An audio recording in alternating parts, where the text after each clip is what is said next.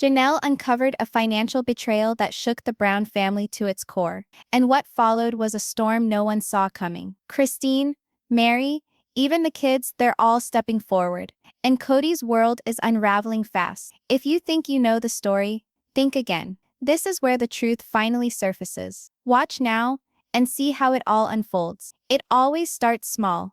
A missing deposit somewhere, a broken repair somewhere else. A quiet moment when nobody dares speak aloud. What everyone is thinking. But in families like this, particularly those spread out across 4 houses, 4 pasts, and more secrets than can be numbered, those quiet moments don't remain that way for long. And now, silence has cracked wide open. Janelle sensed something was wrong. The instant the Arizona heat enveloped her, that afternoon, she arrived home, pushed open the front door, and there it was, a pile of bank statements that didn't balance, digits circled in pen, withdrawals she hadn't made, funds gone from a family account that she had helped accumulate, line by line, for 40 years. She didn't weep. Not yet. She highlighted one line: taxes on land, $138,000 drawn out by Cody Brown. But the taxes hadn't been paid. And for the land, still unpaid. The money gone. She gazed out the window at Coyote Pass, that swath of barren, wide-open possibility they were all meant to own. And in that instant, something within her snapped. Not audibly, not even all at once, only enough to finally speak the truth. Perhaps you've been there yourself, seeing someone you trusted quietly rewrite the rules, vowing fairness, vouching for favoritism, and smiling like all is well while you're left with the pieces. Janelle did not want to fight. She wanted questions, so she pulled out her phone and typed the text that would set everything in motion. Kody, we need to talk. I know what you did. That was when it started. But not only for her, for all of them. Miles away, Christine sat on her back porch in Utah, having a cup of tea and scrolling through her son's messages. Screenshots, evidence, Janelle's voice messages. Robin's silence. She had once walked away, thinking heartbreak was the cost of freedom. But now she realized she didn't leave heartache. She fled theft, financial, emotional, spiritual. Kody hadn't merely wasted money. He'd secretly diverted family funds into Robin's way of life. Her house, her chandeliers, her upgraded air conditioning system. And the others? They were left patching up holes and going without groceries. Meri also received the shock in her email inbox. She unfolded Janelle's forwarded accounts at her B&B in Utah, glass of wine held tight.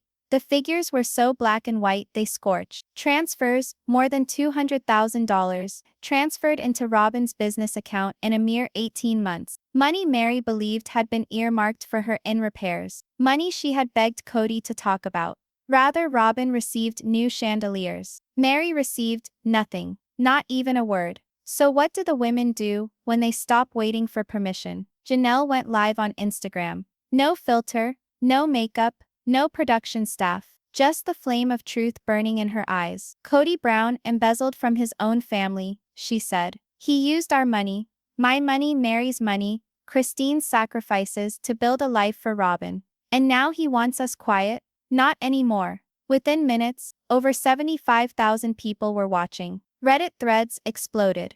YouTube caught fire. Sponsors called TLC. Producers met in emergency Zoom rooms. And Robin? She sat alone in Flagstaff, blinds drawn, phone off, mascara running down her face, whispering, "Did you actually take their money, Mom?" Her daughter had demanded. Because now, even the kids were catching on. And if you're wondering whether Kody answered, it did. But not with regret.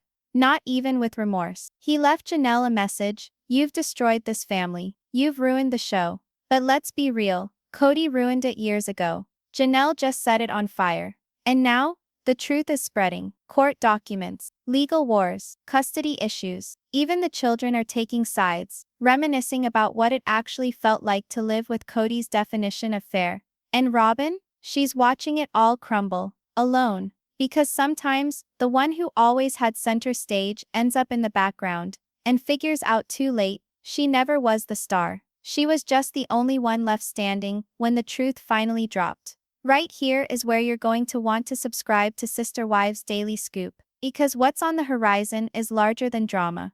It's a reckoning, one based on receipts, betrayal, and decades of emotional baggage now taken into courtrooms, live streams, and journaling. Hit that subscribe button so you don't miss a moment of it. This isn't gossip, it's the end of an era. Because after all of it, after the fame, the paparazzi, the forced smiles, they're not waiting any longer. They're taking back what was theirs in the first place. And what they find next just may revolutionize everything. The instant that things turned around began with a charge, one that seemed impossible to resist. While Robyn lounged in her spacious, decorator-draped Flagstaff abode, Janelle sat calmly in her humble rental, the Arizona heat bearing down on the windows like a load. It wasn't what was actually weighing her down, though. That was the stack of paperwork covering her frayed kitchen table. Bank statements, line upon line of debits and credits. And there it was, marked brightly with neon yellow, glaring back at her land taxes, $138,000, pulled out by Cody Brown. She had already phoned the county office. The reality was worse than she had anticipated. The taxes weren't remitted. The land was in default, and the cash vanished. Her heart pounded as she grasped her phone, hands shaking. The family group chat had once been a sacred sanctuary. Now it was tension and silence. Kody, we need to talk. I know what you did. She pressed send. No emoji. No gentle touch. Just flames. What Janelle learned next destroyed everything she believed she knew. Across town, in Robyn's immaculate living room, Kody slumped on a richly cushioned couch, the kind that never appears to age. A cold coffee cup lay next to him, abandoned. Robyn navigated the kitchen with feigned composure, acting as if picking up a few things, but it was evident she was eavesdropping. This property, Coyote Pass, was to be the Brown family's legacy. That was what Kody promised. But now, on the table, piled like evidence, were unopened envelopes, bills past due, debt collection notices, even a notice of foreclosure. I just need more time, Kody grumbled aloud. Robyn stood still. You said Janelle was paying for it. She flared, her eyes snapping. She should be. Kody growled back, defensive and exhausted. But Robyn wasn't buying it. She hasn't sent a dime since March. The silence that followed said everything. They both knew the truth. They had been spending everyone's money, not just their own. And that money wasn't meant for just Robyn and Kody. It belonged to the whole Brown family. Janelle's savings, Meri's share, and even years of contributions from Christine. That was the moment Janelle hit her limit. Alone in her bedroom, her face flushed with emotion, Janelle gazed into the mirror. It wasn't money anymore. It was years of loyalty, years of sacrifice, and now, years of deceit. She pressed record on a voice memo. He stole from us, from me, from my children. I deposited money into that account for years. Child tax credits, my income, everything. And he emptied it, behind our backs. She hesitated, her voice straining with incredulity. Where did it all go? Robyn's new floors, her new HVAC system, online shopping. Meanwhile, I couldn't even afford groceries sometimes. She cut off the recording. Her kids deserved the truth. And honestly, so did everyone else. But what Meri found would push this even further. At her tranquil Para 1B&B, a glass of wine, and her eyes were fixed on the same papers Janelle had just sent. Her gaze swept the bank statements, every line a betrayal penned in ink. In 18 months, over $200,000 had been transferred quietly out of the joint family account, directly to a business account in Robyn's name. He exploited me. Of all of us, Meri breathed. It all clicked now. Why Kody hardly responded to her messages. Why he kept delaying visit after visit. Why Robyn had all of him, and she had the leftovers. But this was not emotional abuse alone. This was financial infidelity. She scrolled again. 2 weeks after what she believed was their last counseling session. One where they both said the problem had been solved. Money that had been promised for repairs to her B&B was gone. And Robyn? Brand new chandeliers. Meri, alone, speechless, just shook her head.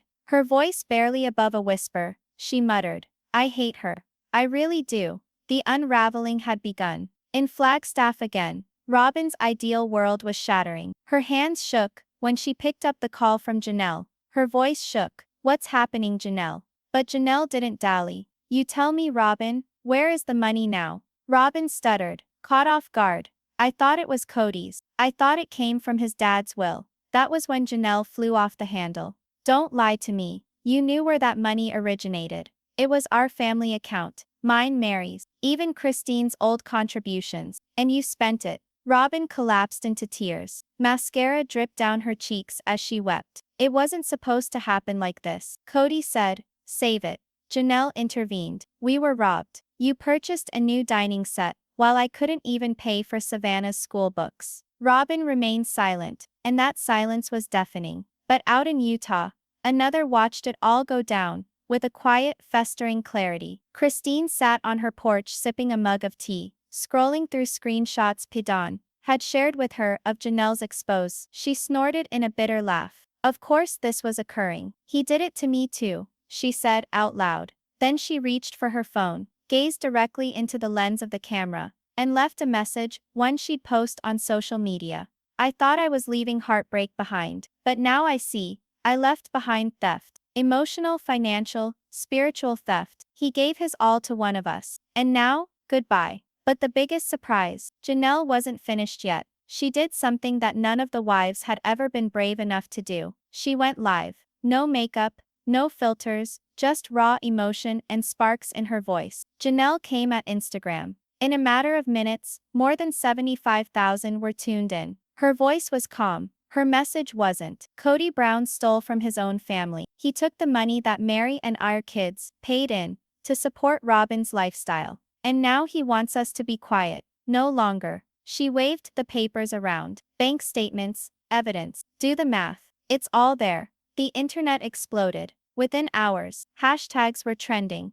#justice for Janelle, #Cody, the thief. And right after she ended the live, Cody called. She let it go to voicemail. His voice crackled through the speaker. You've ruined everything. The family, the show. But the truth? He ruined it years ago. Janelle had only lit the match. Across town, Robin sat alone in her bedroom, her phone ringing with angry texts, hate-filled DMs, flooded in. Her children had even witnessed it. Dayton refused dinner and closed his bedroom door. Back in Utah, Meri poured another cocktail, smirking. Christine, she turned up the music and danced in her kitchen. Meanwhile, at TLC headquarters, things were going nuclear. An emergency Zoom meeting began with one defiant headline. Brown family crisis, urgent. One voice cut above the others. Do we cut Kody or Robin? The next day, Kody's phone rang off the hook. Phone calls from TLC executives, lawyers, reporters, and worst of all,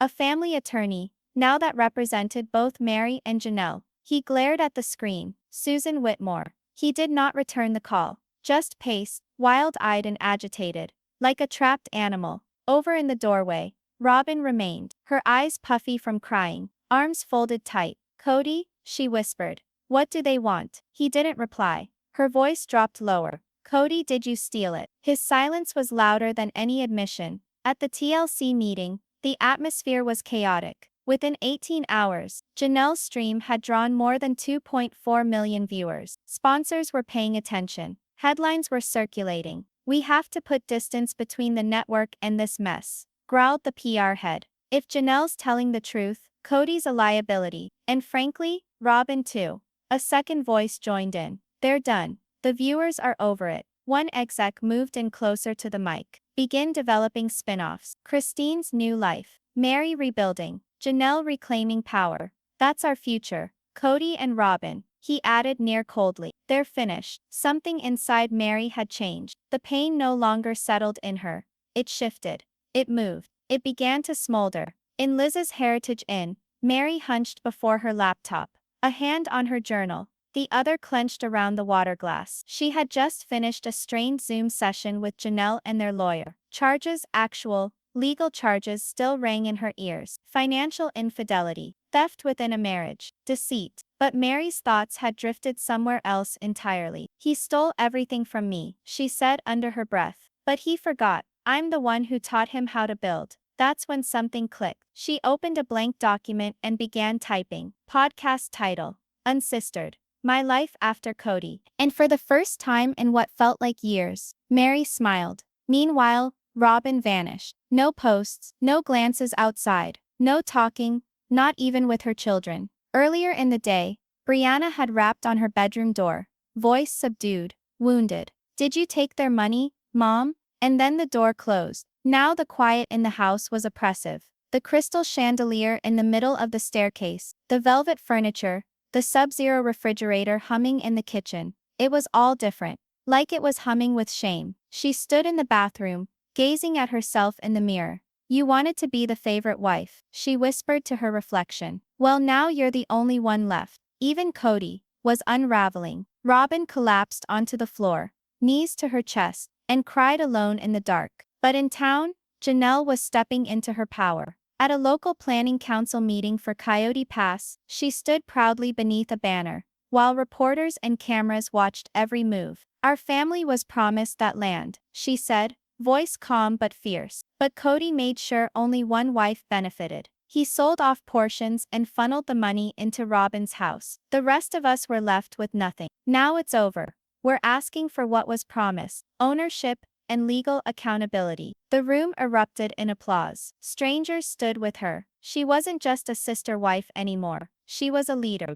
Back in Flagstaff, Kody was falling apart. He paced around his driveway, screaming into his phone. You think I care about being sued? They've lived off me for years. I deserve credit. But nobody was listening. Not the neighbors, not the kids, not even TLC, not even Robin. The street outside him was quiet, unmoving. And then a voice shouted from the sidewalk. Hey Kody, what's it like being broke and alone? Laughter ensued. Kody's face turned bright red. He closed the front door and went inside. And then it happened. A lone beige envelope landed in Cody Brown's mailbox. No return address from Janelle. Not from Meri either. It was from Whitmore and Gray LLP, Arizona's leading family law firm. Inside, a civil lawsuit filed jointly by Janelle and Meri Brown. Charges: breach of fiduciary duty, misuse of marital funds, emotional damages, deception, and more. Over 80 pages of receipts, ledgers for bank accounts, family group chat screenshot, Robin's TLC production bonuses, diverted and internal emails that never should have been shown. Kody's hands shook as he turned the pages. His name wasn't only mentioned, dismantled, exposed, and dragged into public view. His voice struggled to pass his throat. They're trying to destroy me. They're going to cut me off from the family. And down the hallway, Robin stood in silence, holding her own copy of the complaint. Her name was included too. Not as a witness, as a co-beneficiary. Robin wasn't observing anymore. Now she was included in the fallout. Officially, her name had been included in the lawsuit, as co-defendant. Outside the courthouse steps in Flagstaff, a black SUV arrived. The door opened, and Christine Brown emerged with quiet strength. Hair tied back, sunglasses on, her outfit sharp and deliberate. By her side, truly now more grown-up than fans remembered, carried a folder labeled Estate Question. Christine wasn't named in the lawsuit. Not yet, but she was there to stand with Janelle and Meri. And for the first time since the financial chaos began, she was there to look Kody in the eye. She texted Janelle, "Let him know, we're not scared anymore." Janelle gave a subtle nod. "You really thought I'd let him get away with this without seeing him in person?" Christine said, stepping forward. "Not a chance." Meanwhile, back at home, Robin opened a new letter, and everything changed. It had been hand-delivered by Dayton. Inside, a message from her ex-husband's legal team. And it was serious. The inquiry, Kody's legally mandated role as adoptive father, and his fiscal administration of Robin's children, came under investigation. The letter read, "Because of financial irregularities and unfinished custody language, we are reopening the investigations of Cody Brown's fiduciary actions during the adoption of Dayton, Aurora, and Brianna." Robin's fingers turned icy cold. If the court determined there was proof of financial fraud during adoption, Kody's legal claims over her children could be nullified. Her world started to crumble. The Brown kids had stayed quiet long enough. Michael T. and Peyton went live on Instagram from Utah. Calm but firm, Michael said, "It's not just favoritism anymore. Robin didn't just get emotional attention. She got our money. Our mothers gave up so much. And now we're speaking up." Peyton grinned. "This isn't a family docu-series anymore. This is a full-on true crime." Even Gwendolyn had something to say. "He cut us off years ago. So if TLC cuts him out now, I really don't care." Then came Kody's final spiral, captured on camera. TLC had planned a sit-down confessional, but instead, they caught a complete emotional breakdown. Filming on the Coyote Pass land, Kody sat sweating in a fold-up chair beneath the Arizona sun. They betrayed me, he snapped. I gave everything. And now I'm the villain. He started pacing, yelling. Wellness family exists because of me. He knocked over a tripod. Pebbles flew. Sweat poured. I selected Robin because she was faithful, he snarled. The crew didn't stir. They simply continued to roll. The video leaked within 2 days. Meri also had her own private moment of truth. Later that same week, she met in secret with an investigative reporter, one from a prominent true crime podcast network. She surrendered a flash drive. I've saved everything, she breathed. Bank records, emails, diary entries. I didn't know why back then. I just didn't trust him. The reporter riffled through the documents, wide-eyed. This isn't a divorce, he said. This is white-collar crime. Meri nodded. Right. And I'm willing to speak about it. 3 days later, Robin went public. She recorded a low-light video in her bedroom. No makeup, no filter. Just a shaking, raw voice. I didn't know about the money, she stated. I should have asked questions. I relied on Kody to do it all. Her eyes became teary. To Janelle, to Meri, to Christine. I'm sorry. I don't deserve forgiveness. I just never wanted it to go out like this. The video hit millions of views, but the response was brutal. You let it happen. You're just as guilty. Then came the final courtroom showdown. The courtroom was silent, except for the soft ticking of a wall clock. Kody slumped at the defense table.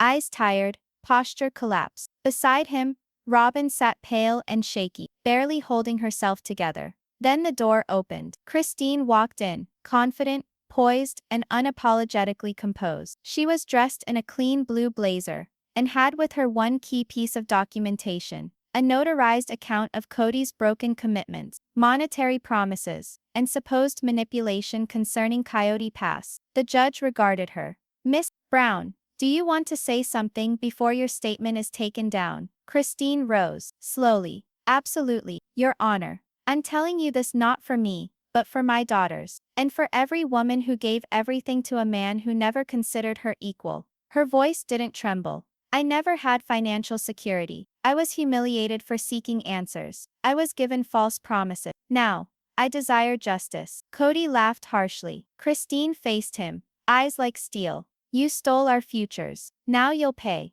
Robin's final request had come too late. When she arrived home, her inbox revealed a subject line from TLC Legal. You Argent, contract review required. The message was direct. Because of continued litigation, confirmed financial misconduct, and public outrage, Robin Brown will be eliminated from all future Sister Wives programming. But there was more. We are presenting Janelle, Meri, and Christine with a new docu-series proposal based on healing, financial fairness, and empowerment. You and Cody Brown are not included in this proposal. Robin let her phone fall and crumpled. They'd excluded her entirely. The TLC decision arrived in one savage email. The subject line was straightforward. You Argent, contract review required. It came from the legal department at TLC, and that was it.